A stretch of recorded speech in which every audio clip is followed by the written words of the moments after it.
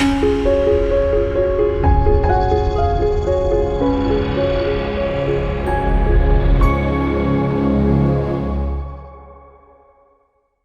you very much for joining us this afternoon. Today we have the closing keynote. I'm so glad to have our partner, the International Federation of Pharmaceutical Manufacturing Association. Both the International Federation of Pharmaceutical Manufacturing Association and IAPO are non-state actors in official relationship with WHO. Together, we put the three arms of the health care equation. It's the patients, the pharmaceutical industry, and the government, which happens to be part and parcel of the World Health Assembly. Over the years, we have come to represent these three-part views to all of our constituent stakeholders, and it has worked very well. This session, I'm so pleased because I think from a historical point of view, I think there is no other important session like this one. And if there was an angel who brought us good news, then it was Thomas Queenie.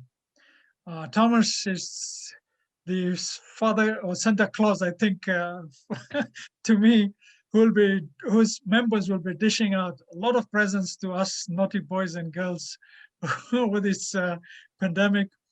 And I think if there was a Santa Claus, then IFPMA and Thomas Queenie will fit that bill. And Thomas, over to you to bring us that good news. What is happening in the industry, how we should be prepared, and what everybody could look at and what everybody needs to do. Thank you, Thomas, for joining us in a tight schedule. Over to you. Thank you. Thank you very much, Kawaldeep, and it's such a pleasure and honor to be invited again to speak to you and to communicate and also answer questions which you will have, because as I quite often say, innovation is meaningless if it doesn't reach the people for whom it's destined for. And I think this is no more true than right now during this pandemic, because until everyone is safe, no one will be safe. And we really need to make sure that we are aware of the huge challenge and continuing daunting challenge of making sure that we provide treatments for patients suffering from COVID-19, but hopefully vaccines which will protect us from the pandemic. And when you look back over the last 10 months, I must say, I'm really proud of how my industry has behaved during the pandemic, because early on we realized that we do need partnership with governments, with academia, with biotech, with international organizations, philanthropic organizations. But at the end of the day, it is really only big pharma companies with the know-how, skill sets to mass manufacture the tests, the treatments, and the vaccines. And when you look at the great news, I recently gave an interview on BBC and another one on Swiss TV, and I said, for me, the last few days were like having Christmas twice in a week, because you had the good news, the great news coming out of the Pfizer-BioNTech vaccine trials, and you had the equally good news coming out of the Moderna trials. And when you look at the vaccine side, we normally talk about 6 out of 100 vaccine projects make it to the finishing line. 94 of 100 normally fail. And here we had the 3 first ones, which have shown not just safety, but efficacy in clinical trials, huge clinical trials. They all had amazing results in terms of their effectiveness. And just yesterday, every Thursday evening, we have a meeting of the ACT-A, Access to COVID-19 Tools Partnership, with Dr. Tedros and the leaders of Gavi, CEPI, Global Fund, Bill and Melinda Gates Foundation, Wellcome Trust. And everybody there was sort of over the moon, because I think none of us would have dared to expect even 4-6 weeks ago that the results were so positive. But when I look at overall the pandemic, which is still very much upon us, and I've just every day in my tiny, tiny country, Switzerland has 8.5 million inhabitants, every day I read about 100 people dying from COVID-19. Every day I still see infection rates which are far too high. Every day I see that patients are impatient to get, or people are impatient to get out of the lockdown. They struggle in our parts of the world more than, for example, in many parts of Asia to respect social distancing rules, wearing masks, hand hygiene, which have helped in many parts of Asia to really bring down the infection rates. We also not quite as good as we thought we might be in terms of track and tracing. Other countries are much better. But nonetheless, I think for the first time in the last 10 months, we are seeing light at the end of the tunnel. We are seeing the importance of testing. And I recently had a conversation with a Japanese friend of mine, and Japan, for example, I couldn't go to Japan even if I wanted right now because they don't allow people from Europe in, far too high infection rates. But even once we expect to have a gradual reopening, my friend said, we will insist on people being vaccinated if they travel. We will insist on them having done a test before they board the plane, and they will need to do a test when they arrive. And this is likely to continue like this for the next probably at least 2 years. But it means there's light at the end of the tunnel, because without the vaccination, we wouldn't be there. Now, when I look at vaccination, which right now is the biggest hope, we have more than 200 vaccine projects. We have now seen positive results coming out of the clinical trials of Pfizer-BioNTech with the official approval in the UK this week. I expect that the FDA will follow suit probably end of next week. I would expect that the EMA will follow suit towards the end of the year or early in January. And I would expect the WHO, looking into the results, is also most likely to issue a PQ, pre-qualification recommendation, which is crucial for use and approval in developing countries, also within days rather than within weeks of the recommendation from the EMA, which means we are much closer to at least some priority populations, such as healthcare worker and the very old and fragile, getting some early vaccine shots. Before we opened the plenary, I said, being in Switzerland, I may have to wait a little bit longer, because in the UK, they plan to start, I think, within days to do that. Now, when you look at it, it is a bit of a surprise. And I think we also need to be very careful in terms of expectation management. Because having gotten that far, I'm often asked, hasn't it been rushed too fast? Because normally it takes 10 years to develop a vaccine. Here we had it in 10 months. Haven't either governments or companies cut corners and ignored the concerns about safety? Now, talking with the experts, be it from WHO, be it from regulators, be it from companies, I'm really confident no, because what happened is something in terms of mobilization, which we never had before. Yesterday, I had asked a specialized consultancy to come up for me with the numbers, how many people are or have been involved in clinical trials for vaccines. And the number I saw exceeded 600,000 people. You know, the Pfizer, BioNTech, the Moderna, each populations of more than 30,000 people. The same for AstraZeneca, Oxford, J&J, 60,000 people. Therefore, when you aggregate, never before has it been possible to mobilize so fast, so quickly. And also the regulators from around the world made it possible in terms of working 24/7, accepting rolling submissions, going through the data, you know, from the phase 1 clinical trials, early data, coming back, looking and waiting for sufficient so-called attack rates, which you need when you do trials where part of the volunteers get the vaccine, part of the volunteers get a placebo, you need to look at how many actually of the population will develop COVID-19. And only then, when you find out that actually pretty much all those who got it were in the placebo group and almost nobody in the vaccine group, can you really judge? Now, having said that, we have fantastic results with 90% efficacy for both Moderna and the Pfizer-BioNTech vaccine. And at the same time, and that's really the good news, since we know it will be a daunting challenge to bring these vaccines as fast as possible, first to healthcare workers, then to the vulnerable elderly population. I've seen quite a number of countries say we will start with the over 80 and then go down, and hopefully within the next 12 to 18 months really be able to reach everyone who is willing to be vaccinated. Only then will you also see how long will the protection from the vaccine last. Is there a difference in terms of effectiveness for different age groups, for example, the elderly versus the young?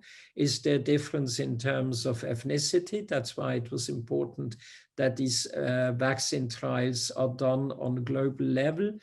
What I hear back from the experts, WHO, as well as the regulators, as well as the scientists involved, is they actually are not that much surprised about the safety. They did expect that in particular these messenger RNA vaccines will not pose major safety concerns. I think everybody has been caught by surprise by the preliminary effectiveness results. We need to keep our fingers crossed that it will hold. And I think one of the key elements and key concerns is that hopefully we will see early on a solidarity so that we will not see a repeat of what we had during the swine flu H1N1, where only the rich countries initially had access to antivirals or vaccines, where we will have a global rollout and where at least the healthcare workers in developing countries will also have early access. Now, this is easier said than done because it does require solidarity. I'm a member of the COVAX coordination meeting, the partnership between WHO, CEPI, Gavi, which together with UNICEF will be charged to arrange the distribution. It also provides some quite daunting logistical challenges because the earliest vaccine, the Pfizer-BioNTech, needs an ultra cold chain. Not every country has an ultra cold chain available. That's why I would expect that you will see pilots in countries, developing countries, which already have an ultra cold chain. But it is important, and I'm cautiously optimistic that we will see success in rollout, but we also need to keep our fingers crossed that we don't have bottlenecks or nasty surprises in the manufacturing capacity, that suddenly, a raw material is missing, or there may be quality issues, or there may be issues in missing syringes or shortage of glass vials. There are multiple things which need to be organized, and never before have we had such a massive. I mentioned once in a while that the highest volume vaccine ever produced in the past was 450 million for polio. Here in COVID-19, we talk about potential of 12 billion, vaccines, which means 24 times that much. And we should never underestimate the risk that, of Murphy's Law, what can go wrong will go wrong. Therefore, I think we all are praying and keeping our fingers crossed that this will not happen.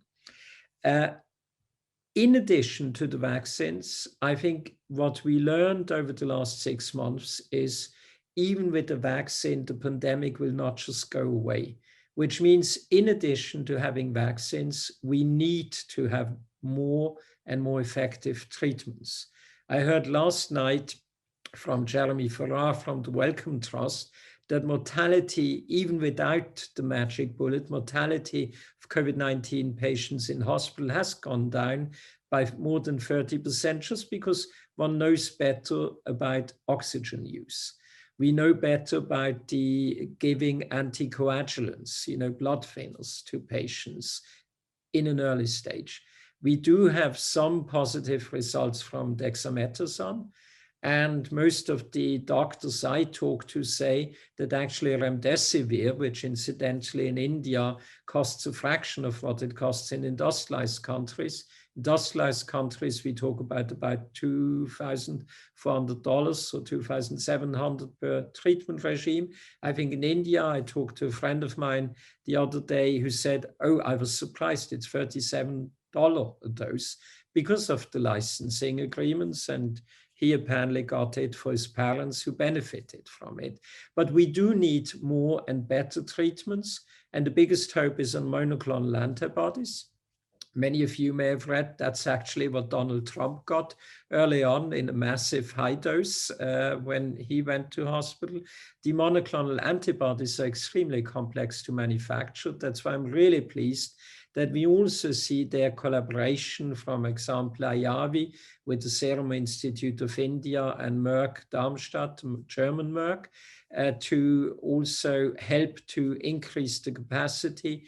I'm very pleased that, for example, Eli Lilly has signed an agreement with the Bill and Melinda Gates Foundation to have monoclonal antibodies manufactured in a Denmark facility exclusively for supply to developing countries. And we also hope that we will see new and better antivirals, because we will need, in addition to the vaccine, to have better treatments. In terms of, I think, the challenges we have is, I know many people who are impatient to be vaccinated. But I also know people who say, I never want to be vaccinated. And we see vaccine hesitancy in many parts of the world. And I think we will not be able to overcome that by imposing vaccination on people. One needs to listen to the concerns. One needs to talk about why are these vaccines actually helping to prevent COVID-19? Why are these vaccines safe and effective, considered by all the leading regulatory agencies? And we really need a massive education and listening campaign, where you will have WHO, UNICEF, and many others need to be involved, because otherwise we will never reach what's called herd immunity. But rather than, going on and on, I'm really interested to answer questions. I'm really pleased that I was invited again by IAPO. I'm happy to respond to any question you may have, but I must say I'm really so pleased that the industry did walk the talk, did come up with the vaccines at amazing speed without cutting corners. We are likely to see at least 2-3 more vaccines close to approval or approved before the end of January. I would expect that we may have 10 to 12 vaccines approved by mid next year, which will give us much more options to make sure that no one is left behind. And I'm also pleased to see the efforts of multiple companies in collaboration with academia, biotech, and governments to work on better treatments. But now I'm looking forward to the answer and question sessions. And back to you, Kavaldip. Thank you, Thomas. The first question, obviously, is a controversial. I don't know you're the person to ask, but I know you take a challenge on. Someone from the chat has asked, do you think the regulators should show the same spirit that industry showed in working together and ensuring that we have uniform licensing and approval? The reason what they're saying is that the current spat between FDA and the UK MHRA. Do you think we can achieve that amongst the regulators? Maybe bring up regulatory harmonization? What do you think? No, actually, I think for once, I would expect we will have pretty harmonized rules of approval. We may see some slight differences. I've seen the FDA already indicated they have a couple of questions on the interpretation of one of the results of the clinical trials, where you had, different doses given by serendipity or mistake. And I think that's normal. The regulators have to do their job. But I must say, I've seen an amazing, unprecedented degree of willingness from regulators to really work 24/7, but also talk to each other. Many of you may not know something which has the even more awkward acronym than IFPMA. It's called ICMRA. It's the International Conference of Medicine's Regulatory Agencies. That's where you do have FDA sitting down with EMA, with PMDA from Japan, with the stringent regulatory agencies of the world, Canada, Australia, UK, and Switzerland is also part of that. And they have been on it. They have been discussing, for example, what is the target product profile? What do we, impose as a minimum efficacy standard? And that's where these 95%, which you saw in the Pfizer, BioNTech, and Moderna trials, are so amazing, because the FDA asked for at least 50% efficacy, and now you seem to get 90% plus. And therefore, there's really a contact with them. On top of that, companies as well as the regulators committed to way exceeding the normal regulatory rules on transparency. For instance, quite many companies have published the clinical protocols upfront so that you see what are you looking for. Companies have committed to publishing the details of the trials, good or bad. And now, of course, the regulators will dig deep into the results and look at, are there differences in terms of gender, age group? Is there something hidden in there? And everybody who was involved in a vaccine trial will be part of a pharmacovigilance surveillance program, very close one, for at least 2 years.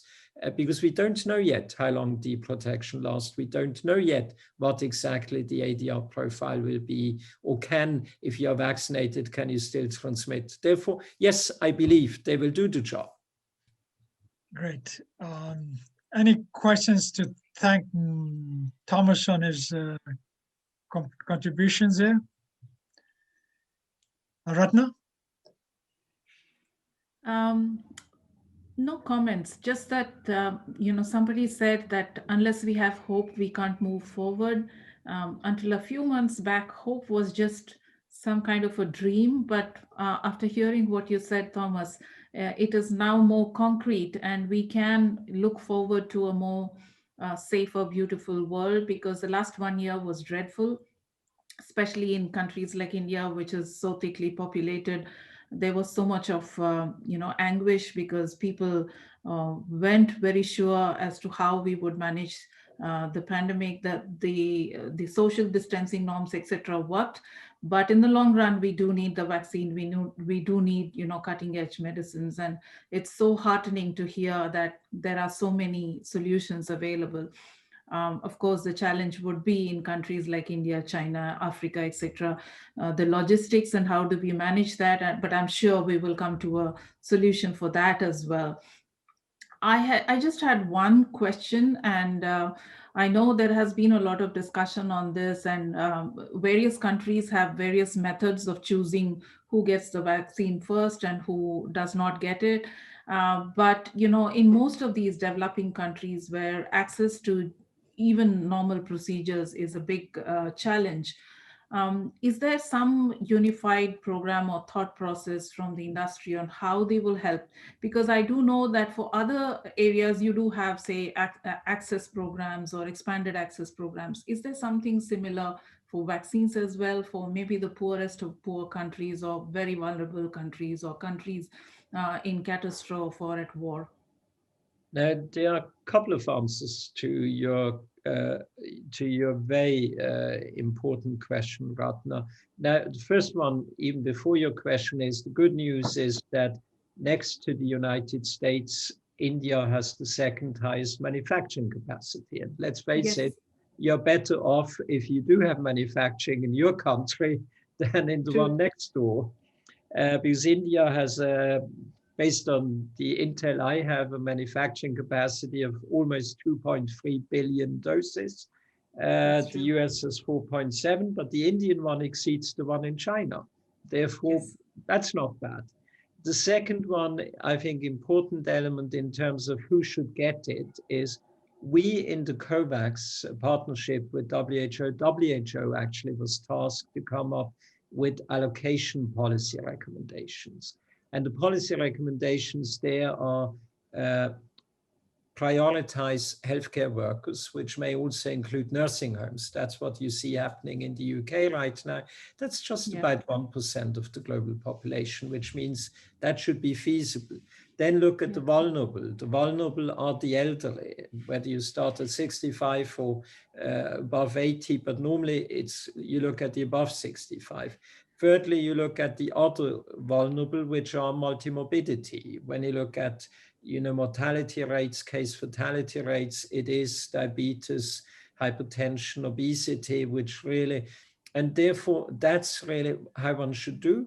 Now, of course, every single country is sovereign how they want to do it. You may have a country which starts with the army, which would not be my preference, to be honest. But it is, and I think that's where civil society and patients need to be watchful of, their rulers or their governments, who gets it first. In terms of poor countries, I think an important element is really this COVAX facility, which was based on the learnings from H1N1, which is absolutely unacceptable. Now, the COVAX facility aims to get 2 billion doses to people, involved in the COVAX facility. Now, 2 billion doses, that will not be enough for all the developing countries. Now, when I look at bilateral deals, normally people only talk about vaccine nationalism in the US. Now, to be honest, actually, when I look at India, I wouldn't see India very different from the US in terms of who gets it. And Prime Minister Modi, I think, in that context is not different. And you have many developing countries like Brazil, but also South Africa. Therefore, you will have a mix of this global distribution mechanism where you will have Gavi and UNICEF, but also the World Bank very much involved. But you have quite a number of countries signing bilateral deals like Mexico, Brazil, and others. At the end of the day, we are likely to see a mix. I sincerely hope, and just this morning and last night, I talked to, for example, the founder of the BioNTech, and I talked to Seth Barkley from COVAX, from Gavi, and we all violently agree we want to get some vaccines into the COVAX developing country population, to the healthcare workers, within the first, hopefully, month of the rollout. Now, of course, that will only be possible if it's approved, which means the countries need to have their proper legislation. And if every one of the 195 countries signed up to COVAX would say, we will do our own approval job, oh my God, you might wait till 24. And now, that's where WHO is so important. But I'm actually cautiously optimistic. The world will not be perfect. We are more likely to read about bottlenecks and this is going wrong and that. But I see a sense of togetherness. Therefore, I'm optimistic. Thank you. Thank you, Thomas. We'll let you go now, and I think you stay on, everybody, and we'll finish the session. Thomas, thank you very much for your great effort. Thanks a lot for having me again. And I look thank you, and see you in Geneva next year. See you and take care. Thank you. Thank you. Thank you, Kamaldeep, and welcome to the closing session. We had 2 great days of discussions. We had a lot of deliberations. We have started already receiving written feedback from several speakers and participants. We had great participation in terms of questions being asked and answers being given from the panelists, either by text or through the chat box. So a lot of good interactions, lot of lessons learned. We also picked up stuff that we need to focus more on and maybe strengthen ourselves as a membership driven organization, and how to move forward to strengthen our presence in this region. Therefore, I mean, I personally felt that it was two very rich days of discussion and dialogue. And to lead us through the highlights of those 2 days, I would like to now call on Kavaldeep, if you have the presentation, to just quickly sum it up. So while Kavaldeep pulls up those slides, Karen, if you would like to say a few words, and then Neda could follow, and Kavaldeep could then, finish up with the summary. Karen? Okay, so yes, so I would just like to acknowledge the strong leadership of our APPC chair, who also happens to be our IAPO chair, Dr. Ratna Devi. Indeed, the last 2 days were phenomenal in terms of participation. So we had over 3,446 participants from 66 countries, with 298 patient groups participating. We had 20 sessions with 66 speakers from 16 countries, and participation from 61 IAPO members. So you have raised the bar, Madam Chair, and certainly it's a pressure for us who will host the third Asia Pacific Congress in Manila in 2021. We hope to be able to deliver such rich content and very wide breadth and depth of our speakers. And indeed, as you have said, the feedback from the participants have been outstanding. So I do hope to see everyone for the third Asia Pacific Congress in Manila in 2021. So over to you, Neda. Thank you, Karen. And I couldn't agree more with what you have just said. And just to echo that the bar was raised very, very high, not only for the third Asia Pacific, but even for the next Global Patient Congress. Ratna, we owe that to you and to the entire team. I would like to thank at this occasion the Asia Pacific Organizing Committee. Very, very dedicated group, very diverse, very idea-rich group that brought us to this complex and very educative and informative program. Of course, to the entire secretariat and everyone helping us at the background, that we have never seen them in the front, but they were with us all the time. And of course, to all the participants. So just to echo something that was said by Thomas, still relating to us as patients. So he was mentioning that it was unprecedented and amazing collaboration that the industry has put on up in the past 10 months. We have talked a little bit about whether regulatory bodies will be doing the same collaborative efforts. However, it is a clear message to us as patients that we also need to work across and be more collaborative across all the issues that we discussed. And in particular, the next few months would be test for us to see whether and how we can collaboratively work to the acceptance of the vaccine. Because as one of the participants said in the earlier sessions, they said vaccine is not the one treating the disease, it is the vaccination, which means that we need to reach that herd immunity so everyone is safe. If not everyone is safe, then no one is safe. So thank you very much, and back to you, Ratna. Thank you, Neda. And before I forget, we've thanked everyone but our wonderful team from Mustard, without whom we would not have had these 2 days of seamless Congress. So thank you very much, Gary and the team. You did a wonderful job, and we are really, really happy the way the whole platform has been managed. And of course, all the other team members who helped us with our social media and other stuff. So thank you very much. And Kavaldeep, you can now wrap up the 2 days with the highlights. Thank you very much, Ratna. So we begin the opening session from Martin Taylor, the Director of Health Systems at WHO, and Dr. Sanjeev Kumar. And I think we said we are one family. I think it's very important, and that this one family has to act together. I think until everyone is vaccinated, no one is safe. So that's very good thing. And Thomas has said that herd immunity is a global issue.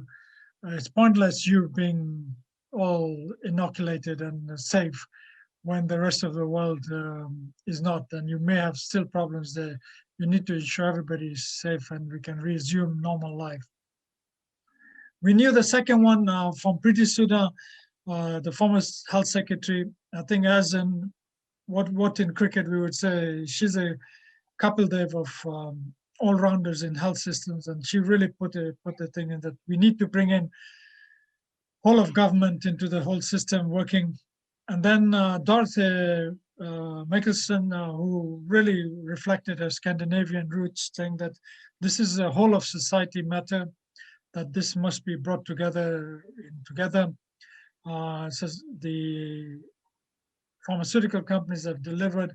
They've looked at all their reserves, all their areas, and looked at all the generics they can make things offer and make them affordable. And then SATEC really brought on the Johnson & Johnson roots, that they're still looking for more further innovation. This is not the end and all for the pandemic. We'll continue to improve what we have got on offer, still reduce the long COVID problems. As you know, some of these problems may be with us for the next 10 or 20 years. They're prepared to deal with us. So the pandemic is here to stay with us for some time, but let's get safety first and then look at the long-term conditions. Then we had a good session again on who gets vaccination. I think Thomas wrapped it all, that we do need the infrastructure. We didn't need the governments to now to come to the table. The industry has done its job. It's given us what we needed to. I think we have led the horse, the industry has led the horse to the trough. Now it's up to the horse to not drink it. I think the government has to drink this water and make sure we are safe and really do that job we need to do. Then again, Mike Alzana and then Nikki Kitty from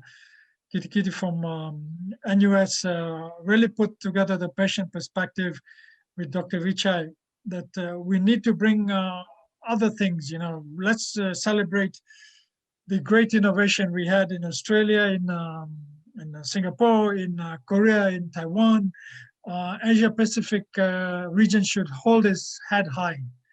I mean, it really inspired the world. I come from so-called very high-income country, and we are supposed to be well-developed. And I think you guys put us to a shame that there is nothing as you did. I mean, we haven't still got our test and trace system ready, and we're already now looking at vaccination. So it's an absurd world. It's a comedy work. If somebody wrote this script and gave it to me to produce a Hollywood film, I would put it in the comedy section, I think. It is that funny. So very good things from patient. And then Jessica Bean from Australia really put it that they're beneficial. She benefited from some of the gene therapies. We then went on to mental health. This is a pandemic in the waiting. This is a pandemic that will come at us very quickly. It's already manifested in earlier signs. I think Dr. Anita Bakker as a moderator really brought out miasma's whole way that how it has now really made big pressure on them, put great pressure on them. And then Dr. Cannon really brought back that initial first aid that we need. I think we need to rely on those systems. Let's go back into simple things first. Let's make sure these things act quickly. Let's make sure we are ready for the pandemic to follow in mental health. Job losses are coming. We need to work on those, but let's not be in the same position and say, oh, what's happened? We don't have services. Let's strengthen them. And Dr. Nand Kumar really talked about how psychiatric care needs now investment. Wherever we have got good numbers of, say, a heart consultant to maybe 20 or 30,000 people, we have one psychiatrist to maybe 2 or 3 million people, and it's unacceptable. We need to invest in this now, as long-term health and well-being go together. Mental health is part of that well-being story. Then we had patient engagement and research and regulation. Really brought out a good idea that universal health coverage does need a lot of effort now. We have to deliver it by 2030. Dr. Eduardo Banzan from Asian Development Bank really talked about the investment in universal healthcare, and that investment is patient engagement, enabling us that ecosystem and that environment within which we can contribute. Sunila Tata really pushed things about how you need to put R&D right in there, and it needs to be really brought out, and patient engagement needs. And Chandrika and Laria from WHO talk about health equality and how that needs to be addressed, and that needs to take on more important things. And then we had the NCD patient journey, who defines it. And I think we really covered Narendra, Fatima, and Dr. Chandrasekhar really put things to a perspective that yes, these journeys are disrupted, but there are touch points we need to address, we need to really work towards and make sure we have full coverage and understanding. Please access our research. We'll be putting that out for you to look at and accessing. And if you can email us, we will try to get you copies of that, because that research was a 7-country, very important touch points in there. It was a very comprehensive patient perspective, lived-in experience. It wasn't about just overall perceptions, lived-in experience from Latin America, from Africa, AMRO, and Asia Pacific. Then the role of HTA, I think it's very good to see that it's shaping up. That Thailand, Korea are well on their way. India is now catching up. And I think with the HTAI and our own efforts with PAIR, the Patient Academy Innovation and Research, we are really pushing this agenda, trying to train up those advocates. We need to engage in HTAI and take this forward, because there are lots of decisions to be made, how to spend and how to get value for patients and society. Antimicrobial resistance, I think Dr. Neda really put this forward, that this is remaining. I think Dr. Sandeep Sarin put the India view, and Jay Puddy and Tim Hinks really put, this is a pandemic to pandemic. You know, it's almost like mental health pandemic, and this is to follow. So this is like new horsemen, as they call. If the plague and the virus is gone, these are 3 horsemen who are getting to saddle up and come at us, and we need to be ready with this and use our ingenuity to address them. And day 2 really was again a case of starting off with making sure that patients and industry participation is brought to the focus. So we improved this to a new framework of engagement, reduce some of the bureaucracy, some of the rules that are affecting us, some of the issues that impact us, and making sure that we have compliance. Then Dr. Ratna took on the study, again, basis on the NCD, NIH research, really brought out what was needed and what was done. And I think Dr. Shada Bure really put some things forward. And please write to us, we'll get this research to you again as well. And then health workforce, we really need to strengthen this in this year of the nurse and midwife. Very good to see the community pharmacists play a big role in this. And Dr. Manju Garat really put things out and put things to the fact that we do need to bring in that aspect of strengthening the 5th and the 4th emergency services, and that we need to look at those. If the community pharmacist was the 1st emergency service, then the expert patient is the 5th emergency service in the community, and they really shone through during the COVID pandemic. They came out and helped us. And Dr. Ritu Jain really put the rare disease that put out, this is double jeopardized patients. You know, they were double discriminated in that first it was to the rare disease and second to the pandemic. Then patient harm was brought to the burn, and I think Dr. Neda really pushed this because she really was pushing forward the agenda that our Patient for Patient Safety Observatory will be taking on, an agenda that we are taking on with WHO and Professor Kok Han Tan from Singapore, who is part of that WHO Committee on Patient Safety.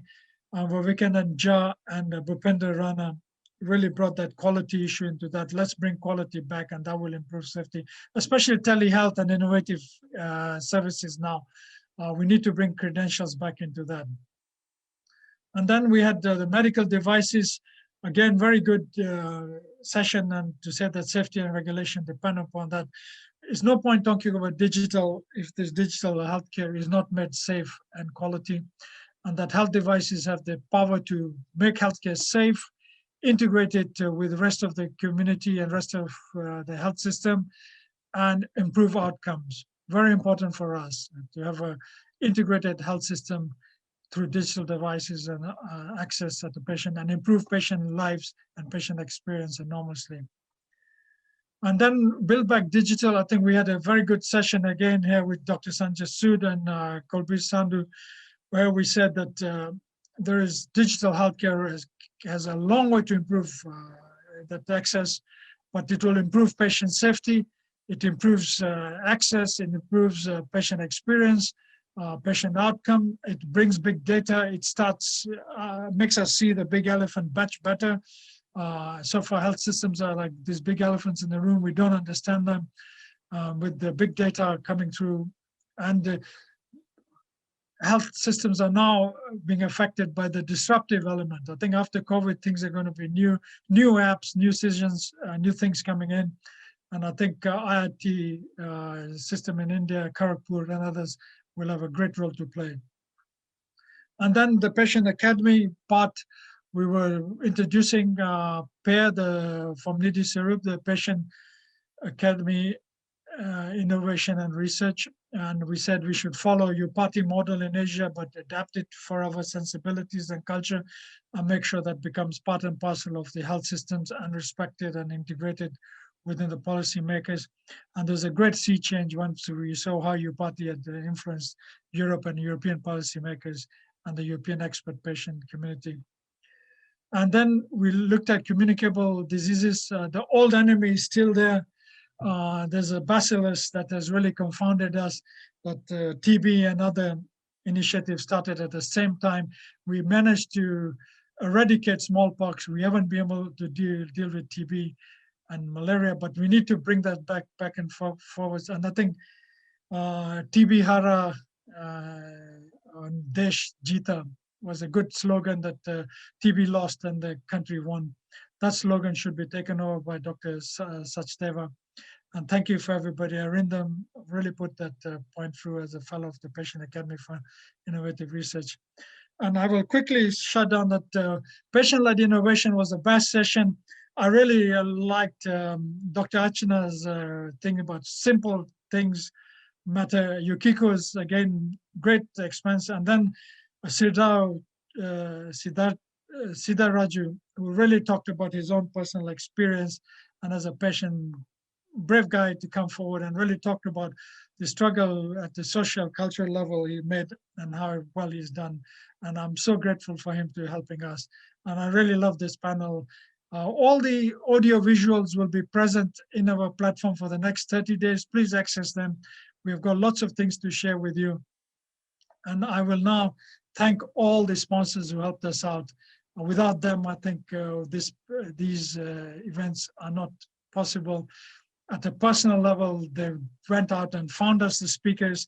They gave us that motivation and they really helped us. And I will now hand to the chair. It's last 2 minutes. We are ending at 20 past here, 7:50. Ratna, last word, and thank you. Oh, thank you. As I always say, nothing ever comes to an end. It is always a part of a journey. So the Second Asia Pacific Patient Congress is part of the IAPO's journey in this region. And as Karen has rightly already announced, we are looking forward to the next one in Manila. Hopefully we will follow that one up with one in Bangkok. We are also going to have other regional meetings, so stay tuned to the IAPO's website and please do subscribe to our newsletter, because we will have many exciting programs coming up with all these, agreements and partnerships that we are coming up in this region. And thank you everyone for staying with us for the last 2 days, for asking your questions, for sending us comments. And there are, on the APPC website, there are a couple of emails that, and if you have missed sending out comments, or if you have something else that you would like to send us to, please send it to those emails and we will try our best to respond back to you. Thank you very much, everyone, once again. And Thank you please very stay much. safe. And namaste, you. everybody. Namaste. Thank you. Bye. Bye. Bye-bye. And that concludes this session. Thank you for your participation at the 2nd Asia Pacific Patients Congress today.